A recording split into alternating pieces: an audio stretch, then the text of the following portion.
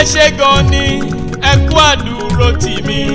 mo mọ̀re ẹ kú àdúró tì mí. ẹ ṣé gan ni ẹ kú àdúró tì mí. mo mọ̀re ẹ kú àdúró tì mí. ẹ ṣé gan ni ẹ kú àdúró tì mí. mo mọ̀re ẹ kú àdúró tì mí. ó yá. Olúwa ẹ tóbi o ẹ tóbi.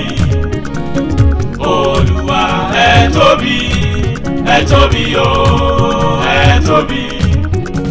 kò sẹ́ni tá a lè fi ṣàfiwé ẹ o ẹ tóbi.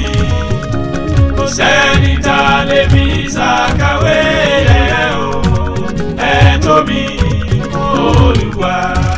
ẹni tá a bá ṣe lóore tí ò bá dúpẹ́ bí ìgbà tó lọ́sà bá kẹ́rù ẹni lọ ni àwa dúpẹ́ lọ́wọ́ ọlọ́run ọba. adájọ́ ọjọ́ pé adágbà ìgbàsíkú Chief Jamiu Yemi Salisu Ọ̀túnba Eekomaya of Elepe Ẹ̀pẹ́ Kingdom Sagamu ló dúpẹ́ fún ìfọwọ́sowọ́pọ̀ gbogbo ẹbí ará òun ọ̀rẹ́ pẹ̀lú ọ̀fin high school alumni association àwọn tó wà nílẹ̀ yìí àtàwọn tó wà lókè òkun tán jẹ́ kọjọ́ tá a dá síwájú ó ṣeé ṣe.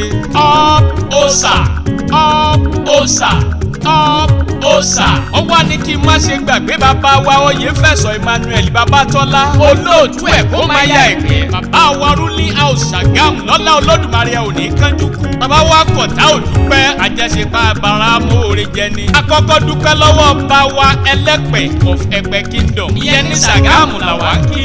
ọba wa tó jẹ́ kó gbogbo kó ṣeé ṣe.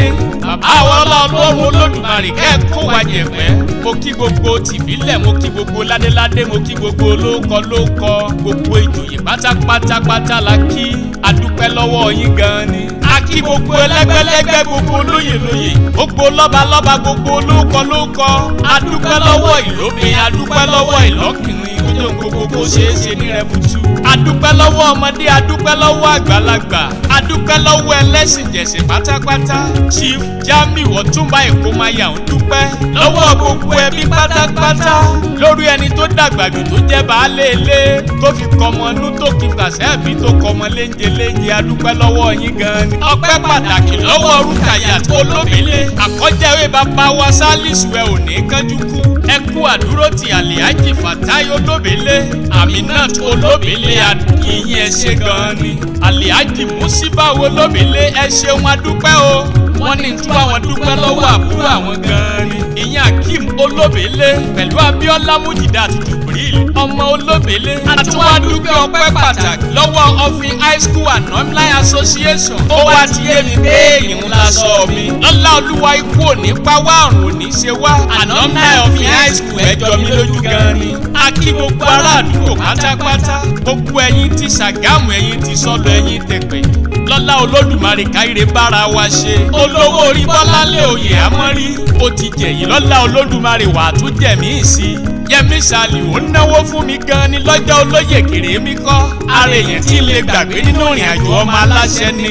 oyè àmọ́rí ọmọọba Eekomaya ọmọọba Òsíngbàmí Àyàngbádé ìyẹn Olóbele tìlú Ẹ̀pẹ́ ọmọọba Albert Salisu nílùú Ẹ̀pẹ́ lọ́lá Olódùmarè oyè àmọ́rí ọmọ abáwọn dòlù ìyá ọmọ lálùkì ní ọmọ itú òjìná ọmọ ẹfún láti ní itú òjìná ìyá ọmọ olóyè mẹkùn itú ẹ̀jìná ìyá ọmọ ìlúkú mẹ́dẹ́mẹ́dẹ́ ọmọ egungun ọmọ agẹmọ ọmọ asáwọn ní kóríkì ẹsẹ̀ lọ́lá olúwa wàá sì joyè yìí pẹ́ ọmọ onímọ̀lẹ́ àfìlì èmi wọ́n lọ́mọ akínígbó kẹrù ó onígbó ọmọ akílọ́nà kẹrù ó bára ọ̀nà Jamiu ṣe bí wọ́n lọ́mọ àfàṣàwọ́lẹ̀ ilé ọmọ káníká gégi nígbó àgéèyàn mọ́ ọmọ káníká géèyàn àgéègì mọ́lẹ̀ bàbá tó bí ẹ lọ́mọ Ọ̀túnba Eekomaya bàbá tí lọ́sàn-án ọlọ́mọ méje tọ́pa mẹ́fà tó kù kan ṣoṣo bàbá yín tún wá ń dọdẹ ẹ̀kan tó kù lóńdó wọ́n ní nítorí kíni ó láfi tó bá ti wọ́ wàkúwà yẹn lè bàbá rẹ tó bí ẹ lọ́mọ adúpẹ́ o lọ́wọ́ gbogbo àwọn tí wọn ò gbọ́ tẹ́lẹ̀ tí wọ́n wá adúpẹ́ gan ni okùn ìfẹ́ wa ò wá ní jákàyèrè bára wa ṣe. Abiola Jubril ọmọ Olóbele ló pè mí wá bí ọmọ aláṣẹ ló kọ́ tèmi àlàbá yín tí ò ní bèjì rí ó ní èrè bára wa ṣe ẹjẹ́ jọ sàmì ẹ̀.